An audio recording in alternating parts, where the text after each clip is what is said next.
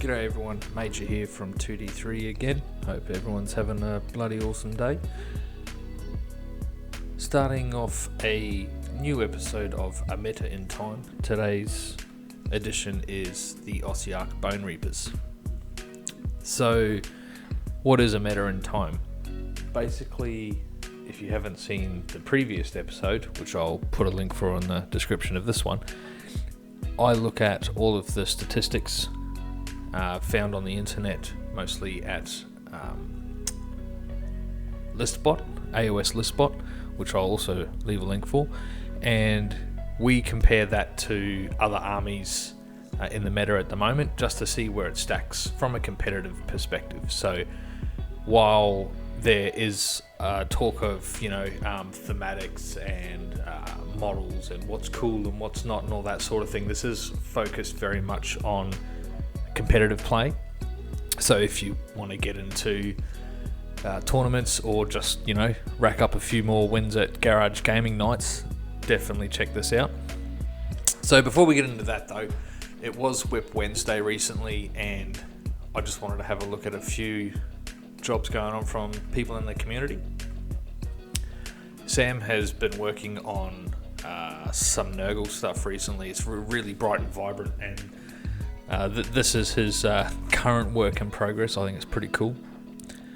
John's got a fair bit of goodness going on here as well.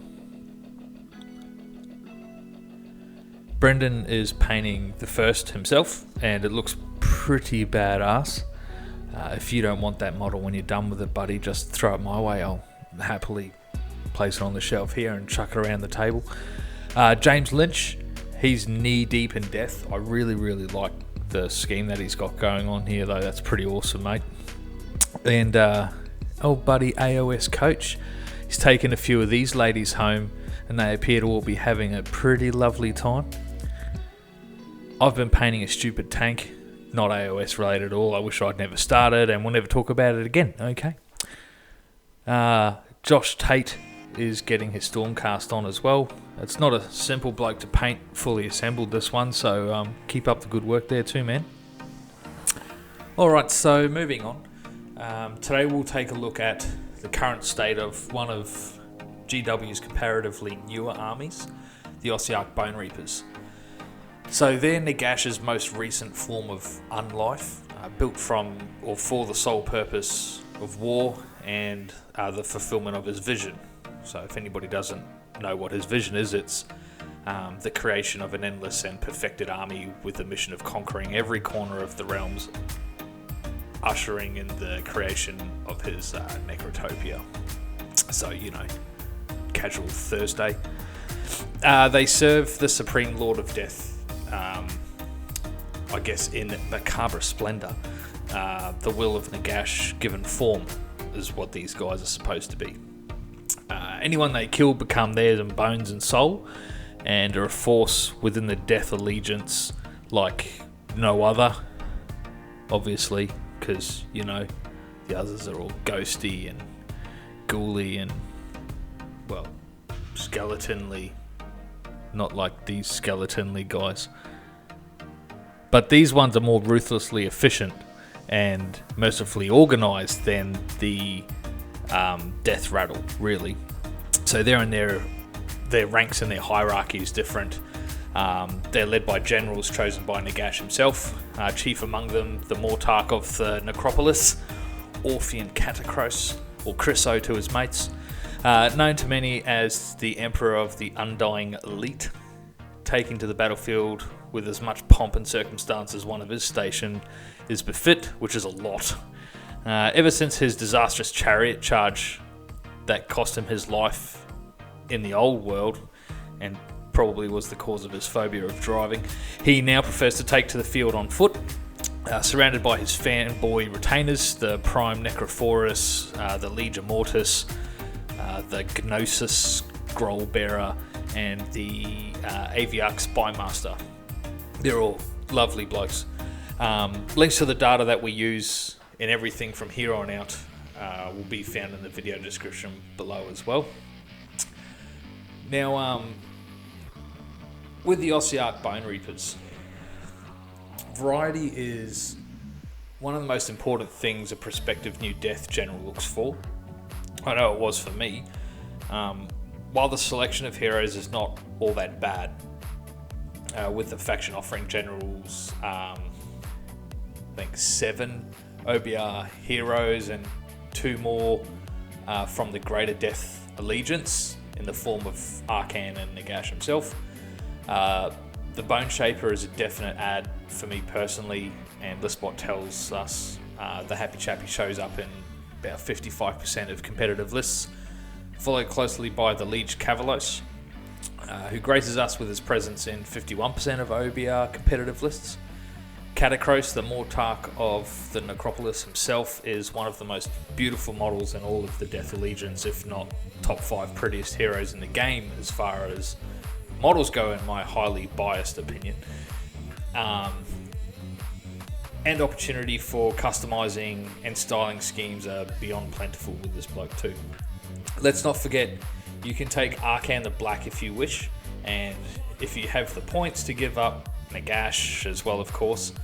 But variety in the meat of a list is where this army falls short. The majority of an army is made up of just that, the army, and not the heroes or leaders. For this you have 2 choices, neither are bad. Mortec Guard, Nagash's version of the Liberators and most popular OBR unit, showing up in 92% of lists and arguably a very dynamic unit depending on your sub-faction preferences. Or there's the Cavalos Death Riders, a friendly bunch of chaps who, if they're paying you a visit, means you messed up bad there, meat sack. These Black Knights on steroids will be in just under half of the OBR lists you'll see on the competitive scene in the current meta as well. But that's it. The diversity and choices are somewhat lacking in comparison to other armies, both new and old, and the downside to this lack of options means people can often see it as a smaller, less interesting army, lacking an established visual identity sort of thing. What they could benefit from greatly is a second wave of models similar to that received by the Lumineth Realm Lords. A much newer army that has already received a second wave of models. This extra boost to its unit ranks meant its popularity skyrocketed, but more importantly, its diversity and range increased dramatically. So where does this leave OBR in regards to variety? Well, it means the army works well and performs fairly consistently at the bottom end of the B tier, even with its small battle line choices. Having said that, it is important to note that there are other more elite unit choices as well though, in the form of the Gothizzar Harvester. It's a great way of bringing back the dead from both sides, I might add. And he shows up in roughly 40% of competitive lists. The Mortec Crawler, the army's almost only shooting choice if you don't count the reasonable missile weapons of the Harvester and Nagash, neither of which are technically a shooty unit. The Crawler either works really well or flops really bad for most generals, especially me. And not surprisingly, only shows up in 35% of competitive lists currently. The utility units, Necropolis Stalkers and Immortus Guard, will also be seen hanging about as either hammer or anvil respectively, and perhaps more rarely, the Morghast Harbingers and Archai. Nagash's own elite guard, basically, with some nasty render movement, who also benefited from a recent points drop from 200 down a whopping 10 whole points to 190, which actually does make a difference, mind you. Due to the nature of the army and the cost of its more elite units, lists are often and disappointingly similar, with much of the difference in playstyle coming from the general's choice of sub-faction. Speaking of sub-factions, while the most popular choice of the 5 is Mortis Praetorians, seen in about 50% of competitive lists after the nerfing of the Petrifex, the highest win rate still remains the Petrifex Elite, standing at 65%, as recorded by Listbot over 68 events, I believe it was. So slightly higher than the 61% of Praetorians. Least popular is the Crematorians, who got the wooden spoon, but also craziest OBR sub-faction award, with a respectable win rate of 52%, recorded over just the 8 events that they have appeared in thus far. As far as strong lists go, most generals currently go with 2 options. Either the Catacross Arcane combo, which will almost certainly consist mostly of a large blob of 40 Mortek Guard and a pack of 20 at least, with some opting for 5 Death Riders as a third battle line choice. The second option currently is a more shooty army where generals opt for a Liege Cavalos and lesser heroes, and will often make more use of the Death Riders and Crawlers to hit faster and or from further away. If you just want to weigh up your options and don't have an overly emotional connection to the Death Legions, the Bone Daddies, OBR, Ossiarch Bonereapers, mobility comes in at a B+, which is above average. The more elite units have reasonable movement, but not amazing, and nothing sucks more than moving a unit of 40 models 4 inches over and over again.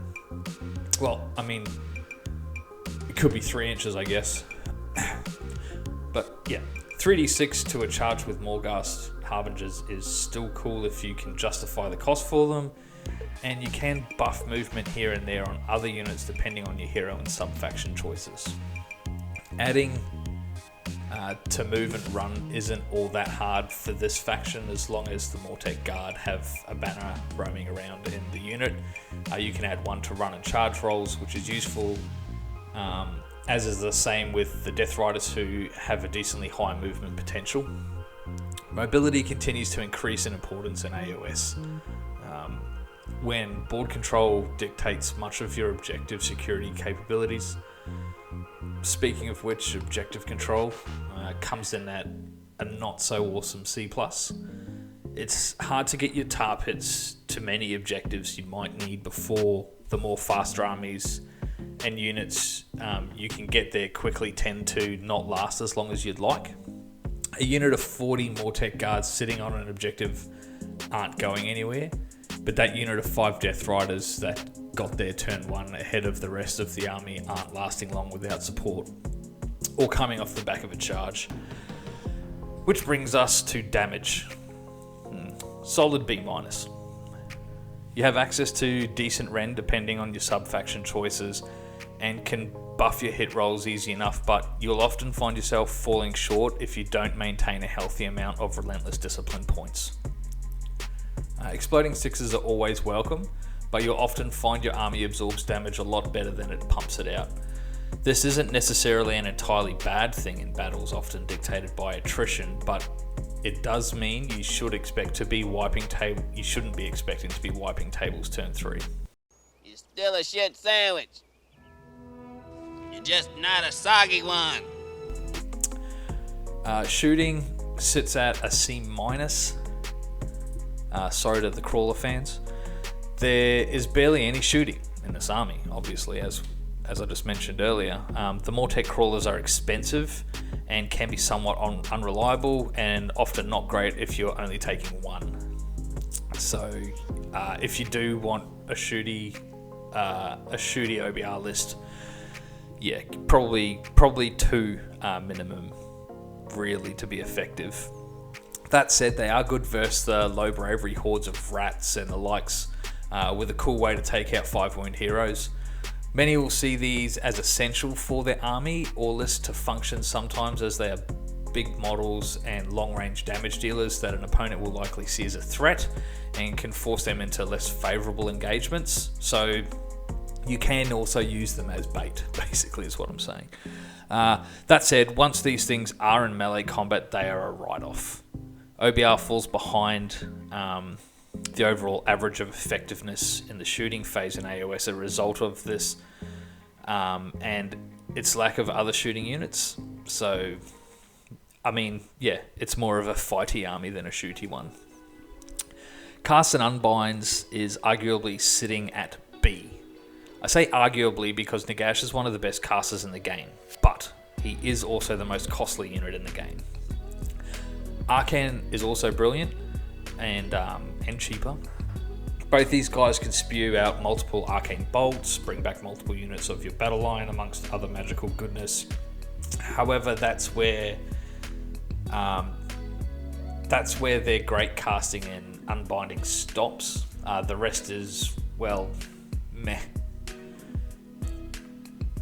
That said, with the heroes available to this army, its casting and unbinding potential far surpasses the average in AOS. Along with the above average mobility this army can enjoy, depending on your list of course, its bang for buck is pretty good, with effective wounds sitting at a healthy B+. You aren't often building armies that blast far past the 100 wound range. Not that it's hard to do, but you're just not. But armies sitting around 100 to 110 wounds in OBR are common, and those wounds are often not easy to remove when a generous portion of it will be in your Mortec Guard, who will more often than not have a 3-up save rerolling ones, or all failed saves if you have the Relentless Discipline points for it, but that one is unit specific. With slain models returning to the battle via abilities found amongst heroes such as the Boneshapers, Harvesters, Mortarks and Nagash. Not to mention Deathless Warriors, which for your Legions of Nagash players is basically Deathless Minions, rebranded and slightly improved. So after the decent save and rerolls, if that unit is wholly within 12 inches of a Boneshaper or 6 inches of a Hecatos, which is a leader which all your blobs of guard should be or have, they can shrug off a wound or mortal wound on a 6-up, giving you a bit more flexibility in where you're throwing your heroes. Compare this B+ with another army in the same tier though, such as the Maggotkin of Nurgle. Sorry to those who disagree, I'm just going by the stats here today and not potential of the army. There's obviously been some new rules and stuff that have come out recently that are yet to trickle into tournament data, so that could change that, of course. But yeah, compared to them, and you see that army has a rating of about an A- for effective wounds, which might help you with the comparison. Nurgle, however, pay for this with drops in overall damage, objective control and mobility. Last bits of advice for OBR players. Praetorians are more popular since Petrifex took a nerf bat to the face, but read the two carefully and see which one you prefer, as they are still both close. Crematorians are a great choice if you fancy something a little more situational or have lots of Mortec Guard to throw around. And if you play against lots of spell spammy armies in your area, you may even want to look at Null Myriad, who currently sit alone at lunchtime while their friends go to play, basically showing up in only 5% of competitive lists with no recorded win rate yet. In summary, guys, Ossiarch Bonereapers enjoyed a short period, very short period, in the top of tiers, but has since slid down to where it will likely stay for some time without a release of new units, B tier. This isn't a bad place to be, and it is in good company, sharing the space with Legions of Nagash, Hedonites of Slaanesh, Nurgle, Tzeentch, and even Lumineth for now, which could see a move upwards very soon if it hasn't already. And it is seen at more tournaments. Learn your synergies and take your time in playing this army well, and you will undoubtedly get in some wins, but don't expect to rock up to a GT and take it 5-0. Bone and Cloth are easy enough to paint, so it's not a bad army for those just getting into painting, and while some of the units and models in the army aren't always worth using, they sure are worth painting because they look kick-ass. The lore is also catchy and interesting, obviously doesn't matter competitively compared to other armies, and as far as the Death Allegiance goes, pretty unique. I would suggest this army to experienced players, but wouldn't dissuade new players either, as with a little practice it's easy enough to pick up, and you've also got tools at your disposal like AOS reminders, which is a really good one, to help with getting used to your list and everything that it can do. If you're looking for an S tier 5-0 army at your next GT though, probably look for something more fishy or lizard-like, especially in the current meta. Your best matchups according to tournament data is going up against Beasts of Chaos, but your worst is Disciples, for obvious reasons. Interestingly, the most even matchups for OBR are currently IDK. That's strange, but there you go. It's a bit hard for numbers to lie. Blades of Corn and Nurgle, with a win-loss rate around the 50% mark. Well, not for me. I think I've lost more against Nurgle than any other faction. Thanks a lot, Dave. The two armies currently topping the tier list are Seraphon and IDK, which the Bone Daddies have a 44% and 54% win rate respectively. Against, a lot of this will come down to a player's ability, though, to manage the Relentless Discipline points as much as will the quality of the list, if not more. Not a bad army overall, though, and one I enjoy playing. But it's also not for everyone, and that's perfectly fine. It's your hobby, do what you want. If you want to share your opinion, or if I've messed something up, please let me know in the comments section below. And if you have an army you would like to hear more about, find us on Facebook. All the links are below, and I will talk to you all again soon. Cheers.